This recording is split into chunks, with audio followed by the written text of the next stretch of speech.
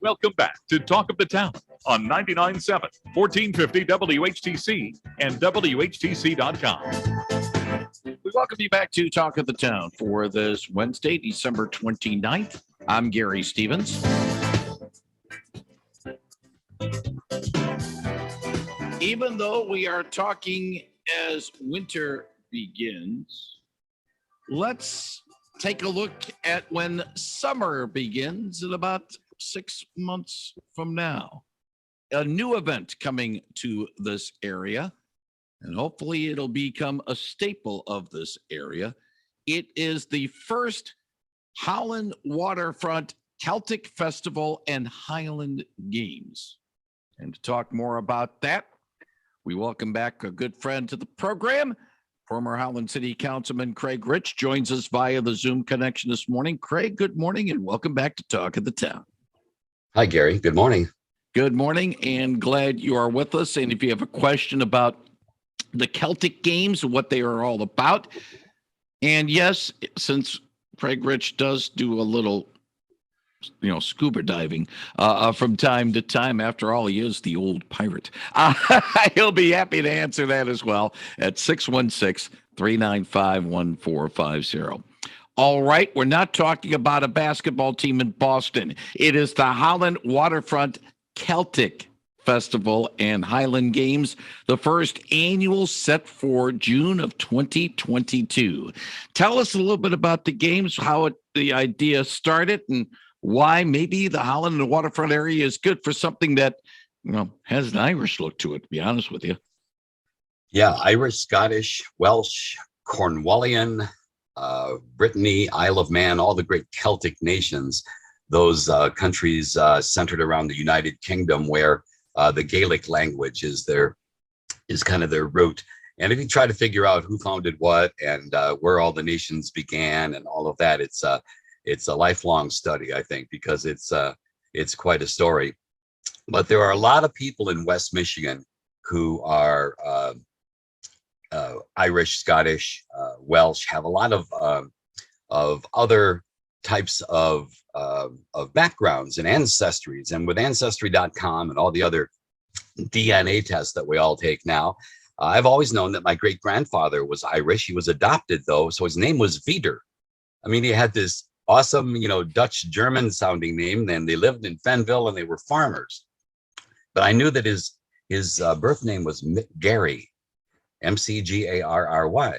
So I've always had this Irish Scottish background. And so I've always had this interest. I've always marched in the St. Patrick's Day parade, first as a city council member, and then as a member of the St. Patrick's Day Irish Brigade, which was put together by my friend Peter Grimm. Now it's nearly 20 years since we've been doing that. So we decided that we could put something together that would really put Holland on the map for yet another reason, because we do things really well here in town. Yeah, we celebrate all of our ethnicities. We celebrate all the times of year, and I think we do it, humbly. We do it better than darn near anybody. The reason why I was just going to say is the fact that it was an idea that was started. It's the first annual, but I have a funny feeling, Craig, this was something that was in the planning stages before March 2020, sort of sidelined a lot of things. Yeah, we actually had started gathering in small groups even during COVID, obviously social distancing, but you can't keep a good man down when it comes to a Guinness and a cigar. And we would just sort of, scratch our chins and go, gosh, we could do this. We could put on the kind of festival that we love going to. I've been going to Alma for many years. We've been to the Michigan Irish Music Festival in Muskegon. This year, we went to the Milwaukee Irish Music Festival, the largest one in the world, by the way, with the second largest one being over there in Dublin. And, we've been to the ones in Livonia. That's the Detroit St. Andrews Society Festival. And then there's Sparta, there's Saline, and there's one up in St. Ignace, and they're really kind of scattered all over the place, more than I even knew of. But we thought, Holland, we could do this. Let's put together an Irish Scottish festival celebrating the music, the dance, the food, and just the revelry of being Irish, Scottish, and Welsh and all the other nations. We can't name all 6 of them every time, or 9, depending on if you're from that category, because some people say, oh, there are really 9 Celtic nations. But on top of that, we decided to bring in an entire set of Highland games. That's the caber tossing and the heavy stone tossing, and taking a pitchfork and tossing a sheaf that weighs weighs a lot. There's all kinds of different weights way up over a pole over your head, and just all these great competitions. And of course, being an Irish Scottish festival, we'll have a beer tent and we'll have lots of other things going on. So it's just going to be a lot of fun, and it's in June 24, the evening, and then 25, an all day long festival. Before we talk more about some of the particulars of it, I just want to, by the way, if you have a question for Craig Rich about the first annual Holland Lake Holland Waterfront Celtic Festival and Highland Games, if you got a question for Craig, 616-395-1450, 616-395-1450. You mentioned the dates, location. Obviously, that's an important thing as well. Yeah, we looked around and thought Holland has so many great parks. Where do we hold this thing? I mean, we've got some schoolyards that are large enough, frankly, but we thought let's look at something that really is an area that a lot of people don't even know about. So taking this festival and plopping it down into, old people like me will remember Riverview Park. That's where we watched football games in high school, and it's now Window on the Waterfront. And that part of Window on the Waterfront that is right at the end of Columbia Avenue, and that 3.5 acre area, we're going to have it all fenced off. We're going to have our tents put up, and it's just going to be we sometimes sit back and think how ridiculous we are that we can pull this thing off. But setting up all those tents, setting up the fencing and the games and everything that has to be done literally in one day, so that we can have this festival on a Saturday and then tear it all down Saturday night and Sunday, which is why we hope this grows into more than a one-day festival. But we will precede the Saturday festival with a Friday night ceilidh. A ceilidh is an Irish or a Scottish music party, which is typically done in a pub. And we're going to have our own kind of pub, which will probably take the shape of a 40 by 40 foot tent with a large area outside of it to kind of spill out into. And we're hoping to rock the neighborhood a little bit, but not after 11 p.m. Well, the thing is, though, but being out there, yes, you do have Freedom Village near there, and sure do. But for the most part, you can frolic a little bit longer on a Friday night or a Saturday night as well. And if you live on River Hills Drive up there on the other side of the river, we're not going to charge you extra for the free Irish music that night. It's but we will cut it off around 11 o'clock. And we do plan to talk to Freedom Village, because we know we're going to be a bit of a bother to them, but we think that they're going to really enjoy coming down to our festival as well. The word about logistics, and I want to bring this up to you, Craig, is obviously you had to try to figure out, okay, what's a good time to hold it, and location here, but also making sure that it doesn't really conflict with maybe a major similar event somewhere else that's not too far away. You don't want to have competing Celtic festivals here. Now, let me tell you a story. We kind of set the date, and we did it based on a lot of things. And then I started calling bands, and I started calling people who do Irish and Scottish foods at festivals, and all the other people you need, the dance schools and all of that. And almost to a person, we got halfway through the conversation, and they'd be saying, well, we're pretty busy in the summer. That's our terrible time. And then I'd say, we picked this date because we think it's a good one. And they'd suddenly go, we're not doing anything that weekend. So I think we did our homework, and we chose well. Yeah. And then, of course, it's like right at the end, obviously it's about a month after the school year had ended. Sometimes it's good to be, maybe butt up against that, because you can still have people before they flee for vacations, but still, hey, this is a vacation destination anyway, so we might not get some of the locals, but you get some of the other people coming in for this. Oh, and lots of people will be coming in. That's why we really think it's going to benefit downtown Holland for that weekend as well, because we've got people coming in from all over the state, and indeed some of the Scottish clans that are coming in are from the Chicago area, Indianapolis, Northern Ohio. They have regional commissioners or people who go out and spread the message about joining their clan and being a part of, wearing their tartan, of course, and being a part of their society and kind of holding up the name, the McGarry name, if it were me, and so on.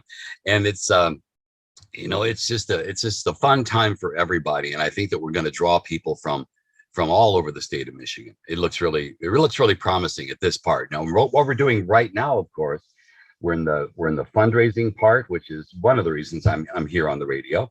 We're also in the booking of the bands and music and getting all of that put together so that when the feet hit the ground running after the first of the year in a couple of weeks, everything starts to click. Everything has to fall into place. Staging and lighting, and sound, and again, all these tents and everything. And all of those have to be rented.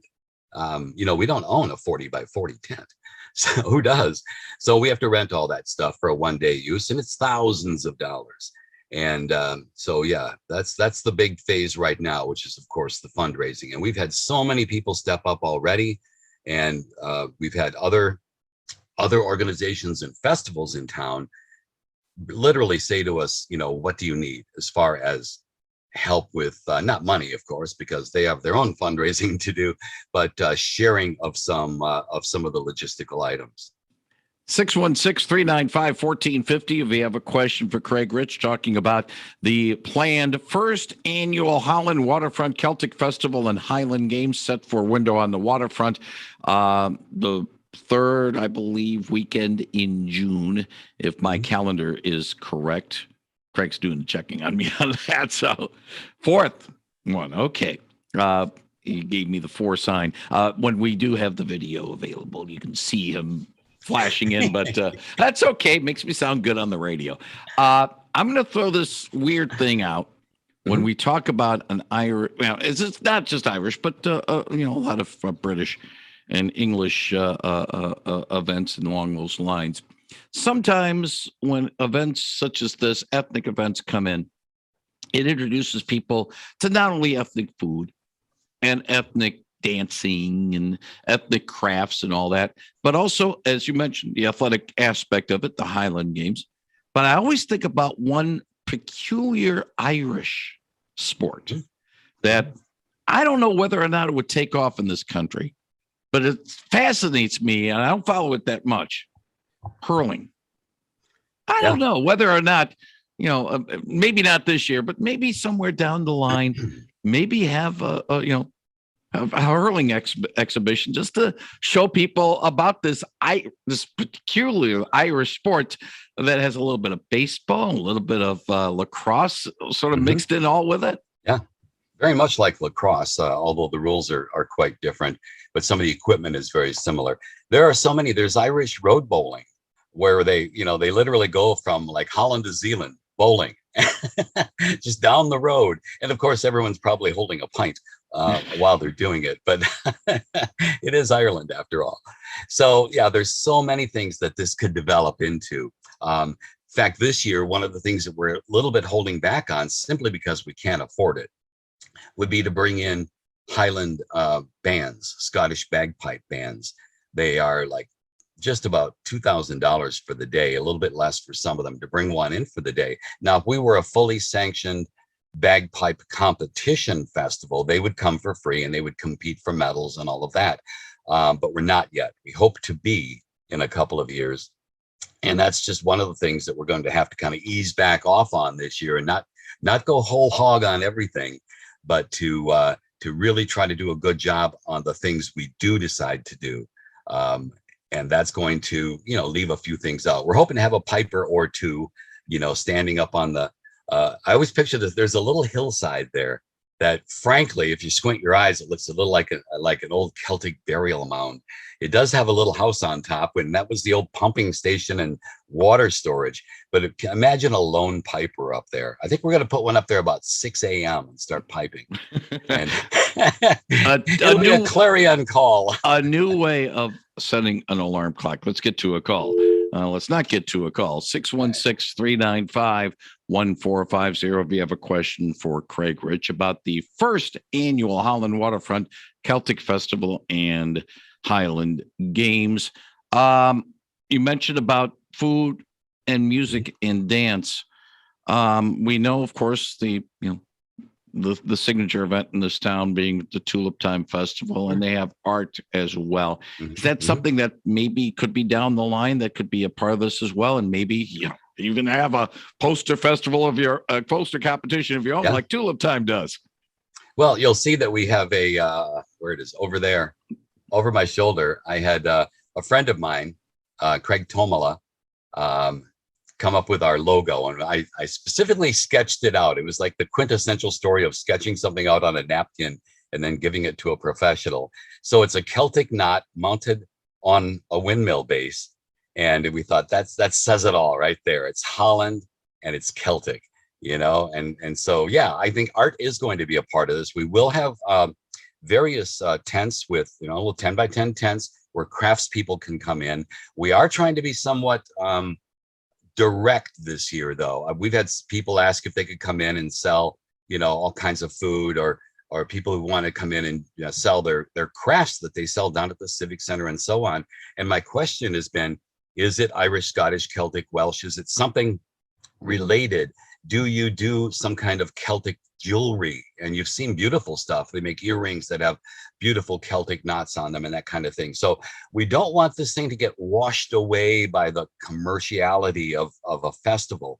We want it to be, I don't want to say pure, but we want to have the elements of, so you walk in there, you think you're a little bit at a Renaissance fair, although it's not going to be everybody dressing up, although you're welcome to. I'll be wearing my kilt all day. I really will.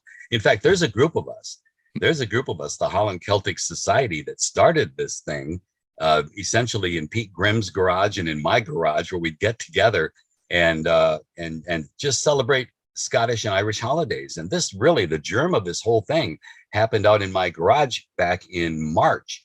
Actually, April, we were celebrating Tartan Day, which is a holiday where you celebrate your family's tartan or your plaid.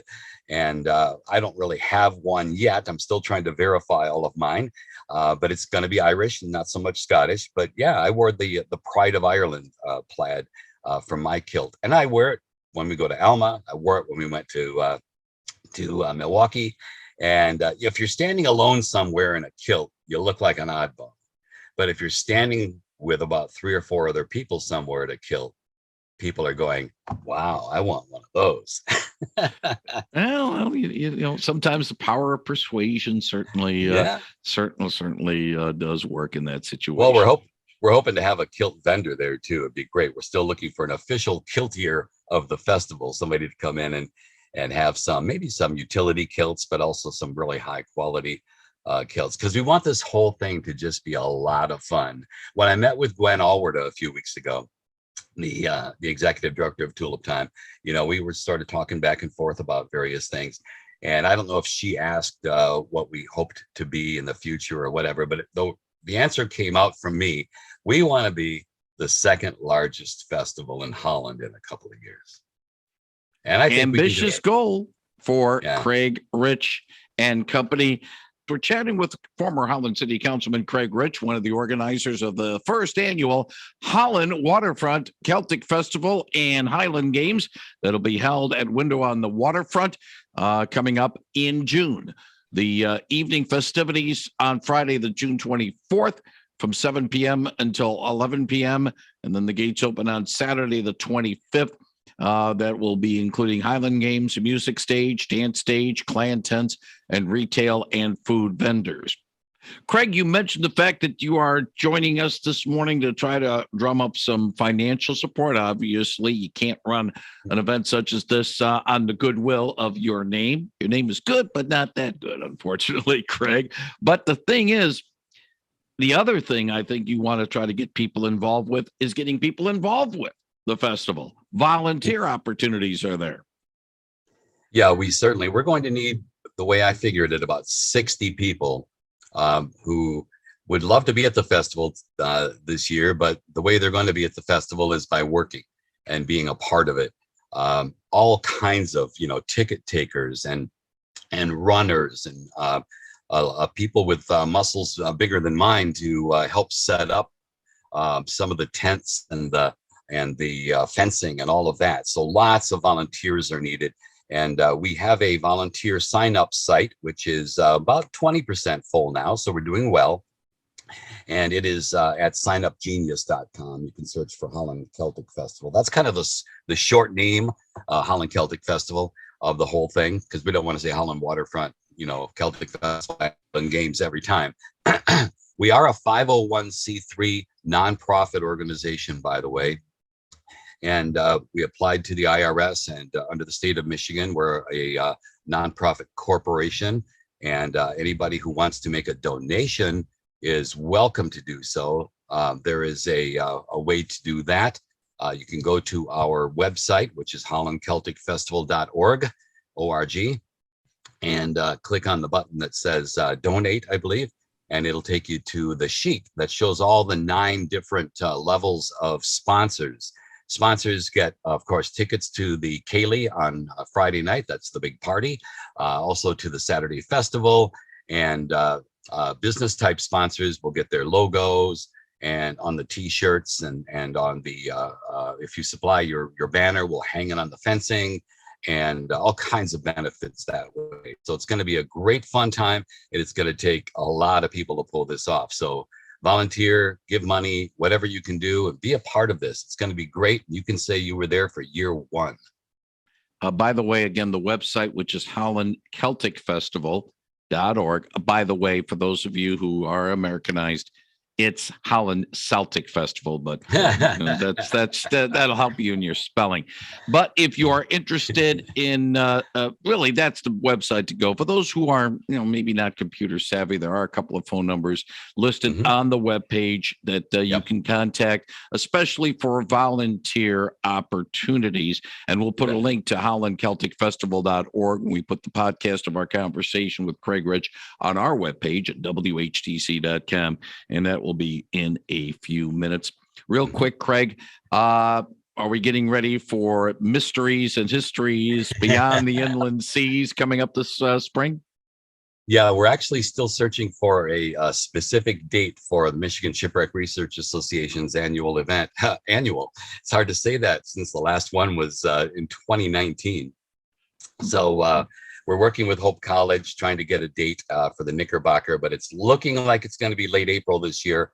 And I know I have a date scheduled with you to come in and talk about that at the time. I just want to tease people that we're not forgetting about that with you. We want to be able to help Michigan Shipwreck Research Associates as well. Well, and I'll be around to talk about the Holland Memorial Day Parade as well. So I am keeping busy in my retirement, Jerry. Craig Rich, as always, thank you very much for joining us. Have a happy new year, and we'll talk more as 2022 moves along. And thank you. My partner in all of this, Pete Grimm, could have been here, but I have a cold. It's not COVID, by the way. So we wanted him to stay healthy. Thank you very much, Craig Rich, on 99.7 and 1450 WHTC.